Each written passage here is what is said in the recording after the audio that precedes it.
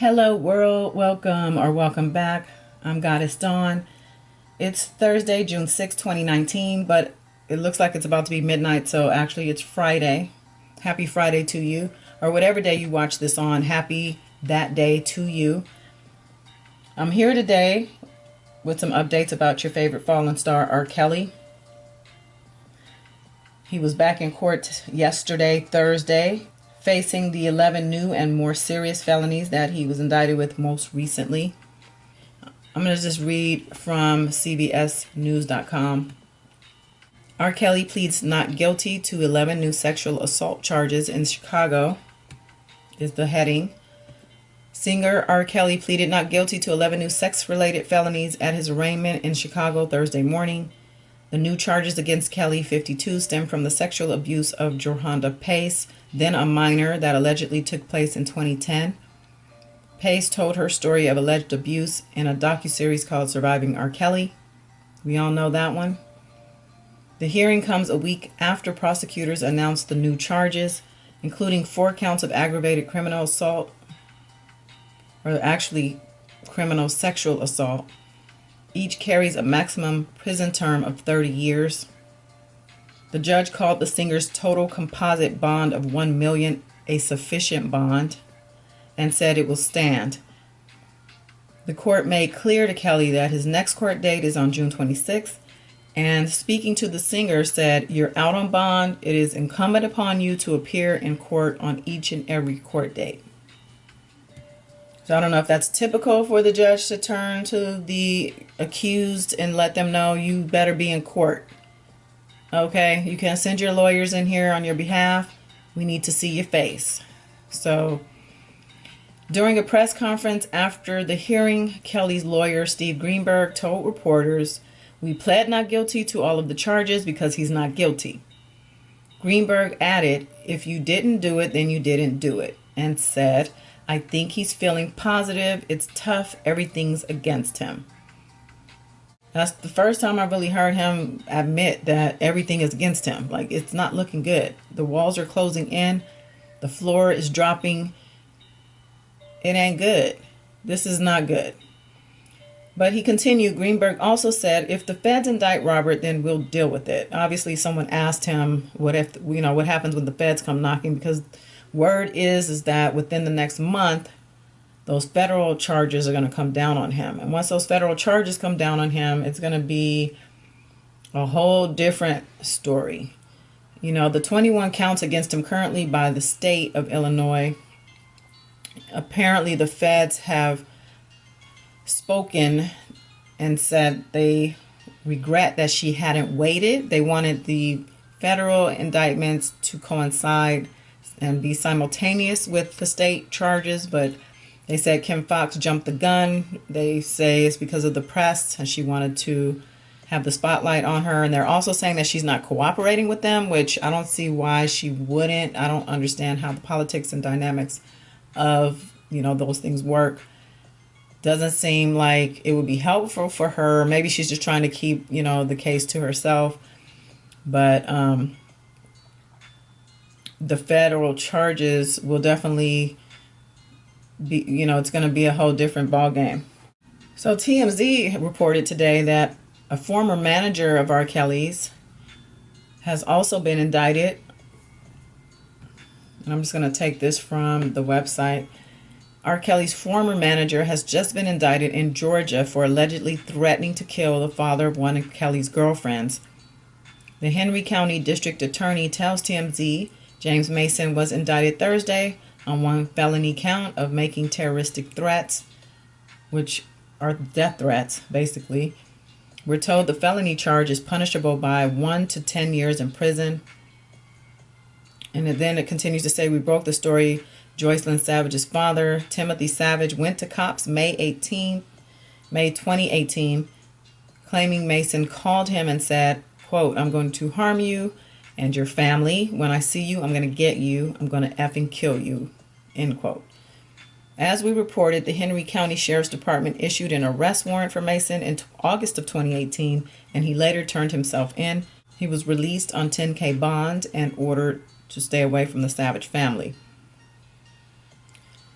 So it goes on to talk about, the Savages and their attorney and how Joycelyn's still there, but they feel she's brainwashed. So, these are just parents who just, they don't feel that their daughter is safe. And I can't say that I'm mad at them for that. I don't know about the tactics they've used in order to get attention, but maybe they just did what they had to do. I don't know. I'm not in their shoes, so, more power to them, though. As a parent, I totally understand the heartbreak that they must be suffering right now. But yeah, it looks like the courts will determine what happens next with this situation. He's going to have to appear in court regarding the indictment and face the charge. So, it'll be interesting to see how it plays out.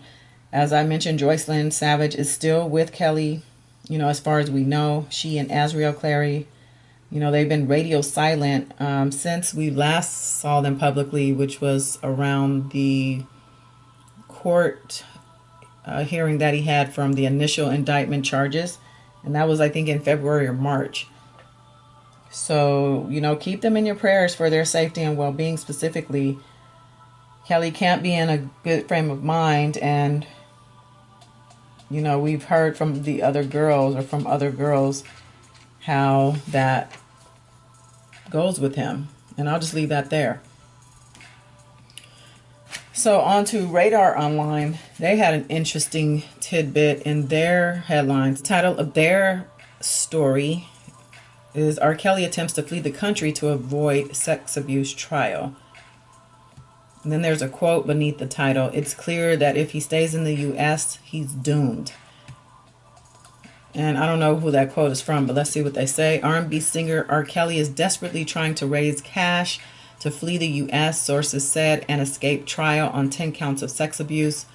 It's clear that if he stays in the U.S., he's doomed, but nobody will give him a cent now, an insider told Radar Online.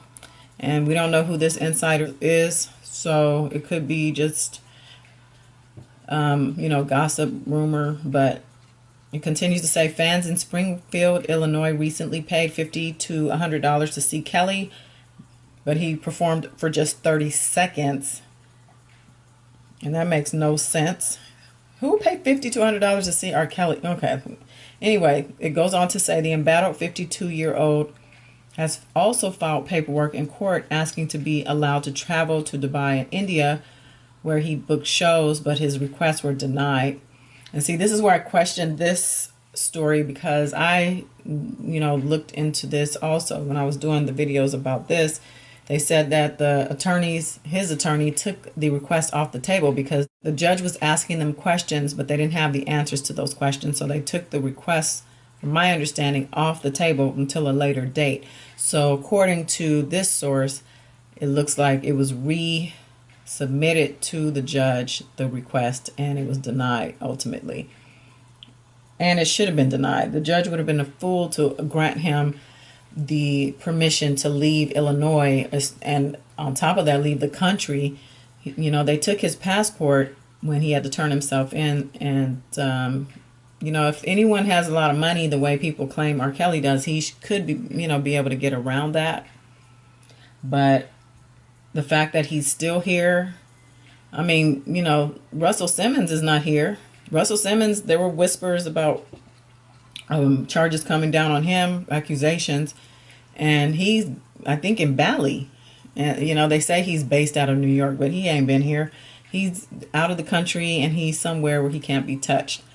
And that's what R. Kelly should have done if he was smart. But he's not smart, and he's too cocky for his own good. And he dug this hole, and he's now being buried in it. That's just what it is. Be mad at me if you want for saying this, for speaking the way I feel about the situation, but I'm just being honest about how I feel after just all of the information has come forth about him. I don't understand how anyone can just stand by this guy and say he's innocent, he's innocent, he's innocent. You don't know him, you haven't bothered to even probably watch the documentary. You probably haven't bothered to read anything of substance about the case or cases. But you want to come here and, spew your venom in the comments. Whatever. Go ahead and have a ball with that. It'll just lead to you getting blocked. But, have fun. The article continues, a source in his camp said he tried to bamboozle the judge, but he was just trying to use a loophole in an attempt to flee the country. And I'm pretty sure the judge picked up on that. And for his attorneys to actually be a part of that, that's just very unethical, and just it makes sense though, because look who they're defending. It says Kelly has pleaded not guilty to the charges and faces 30 to 70 years behind bars if convicted, and that's for each charge. That's not just a general 30 to 70. That's 30 to 70 per charge. He has 21 charges against him. If he gets one charge, it could be anywhere in there. But if he gets more than one, more than two charges found out gets guilty, then he's looking at more than a life time behind prison bars. But again, this is Radar Online. I don't know how authentic this story is. I don't know. It just doesn't sound right. And on top of that, they're the only ones who said this today. So I don't know. It just feels like a regurgitation of a previous story. But, just take that with a grain of salt and see how it plays out, as with everything else that's going on here. I'm just going to touch also real quick on the book that was released on June 4th. It is by reporter, now author, Jim DeRogatis. I'm just going to read just a little bit from this article from vulture.com. It's been 19 years since music critic Jim DeRogatis received the facts at the Chicago Sun-Times about R. Kelly that would change his life. Quote, Robert's the problem. And so this is a facts that he got. This is what kicked the whole thing open for this reporter, and how he first started looking into R. Kelly and how everything got going. The book starts with an anonymous fax sent to DeRogatis just before Thanksgiving 2000. And the fax said, I'm sending this to you because I don't know where else to go. Robert's problem, and it's a thing that goes back many years, is young girls. It says that DeRogatis tossed the fax on a pile, then he returns to pull the thread, and the tale slowly unravels, taking weight and momentum. He says that the story chose him, and I'm glad it did, because I don't think anyone else would have been able to withstand the backlash and just have the wherewithal in general to go through with such hardcore investigating on one person for 19 years. It's an important book because it puts down on paper all of the things that have been alleged, and all of the things he uncovered over 19 years. He spent most of his career dealing with R. Kelly and all this stuff. I'm surprised he's still alive, to be honest with you. He says that not once has he been asked by Kelly's camp to retract anything. He hasn't been sued. He's not been threatened. Like, nothing's ever happened to Jim DeRogatis during all of these years of looking into R. Kelly. So it does make you question, if R. Kelly is so innocent and he spends so much money paying people off and paying off authorities and things like that, why wouldn't he shut down Jim DeRogatis? Why didn't he shut him down 19 years ago, or any period of time between today and back when, DeRogatis started looking into R. Kelly? I don't understand that. How do you allow somebody to, it would be slander. So how you allow somebody to slander you all this time? You don't put any action forth to stop this person. So, that actually says a lot. They did ask him in this Vulture article, Jim DeRogatis, they said it's quite a coincidence that Chicago District Attorney filed new charges against R. Kelly days before your book comes out. How are you feeling about them? And he responded, well, I hear that the federal indictments based on the FBI, Department of Homeland Security, and IRS investigations are coming within the next month. The charges last week were additional charges based on what happened to Rhonda Johnson, now Jerronda Pace. She's married with children, by the way, whom I first reported on in BuzzFeed in 2017. So it's just additional charges, as if what happened to her wasn't horrifying enough. And they also went on to ask him, do they think that they have a solid case against him? And here's what he had to say. I think the state of Illinois case is weak. Solis lays out 30 years of a pattern of predatory behavior and obstruction of justice and enabling by the music industry, the legal system, lawyers, the churches, the schools, and many other villains. This case doesn't begin to scratch the surface of the true magnitude of Kelly's crimes. And he goes on a little more about, how Joycelyn and Azriel are still there. And actually he says, what people can say, yeah, they're legal age and they have the right to be where they choose. Then you can reread what Dominique Gardner, who was there for 9 years until a couple of months ago, told him about being beaten with an extension cord, choked and starved. So he says, it's horrifying and sinister to me that we don't have law enforcement ringing on R. Kelly's doorbell every hour on the hour to make sure that the girls are okay. And that goes to my point that no one cares about black girls. This has been said openly and publicly before, but we don't need to know that it's been said because we see it. I, as a black woman, have seen and felt this. And it's very obvious when we look at Sandra Bland. I mean, we have so many examples of how society as a whole doesn't give a shit about black girls. And that's the bottom line of this. And you people who stand with R. Kelly, shame on you, especially if you're black, especially if you're a mother or father, or even just a human, honestly, to not at least consider that these people have been broken. All right. So I think that's all I was going to cover actually with this video. But like I said, I'm going to do a separate video on Deborah Gaddis's book because I think there's a lot of things in there that are important to bring to light, because I know a lot of y'all are not going to read that book. I'm actually a reader, and I am always reading, whether it's a Kindle, whether it's actual books. I love hardcovers. But I do have a lot of books that I'm juggling right now. So I'm actually headed to a vacation in a couple weeks. So I'm going to take the time probably during that period to maybe dive into the book. And then I'm going to go ahead and share, some insight. But I'm going to go ahead and end this here. I appreciate you as always. Thank you so much for stopping through, checking me out.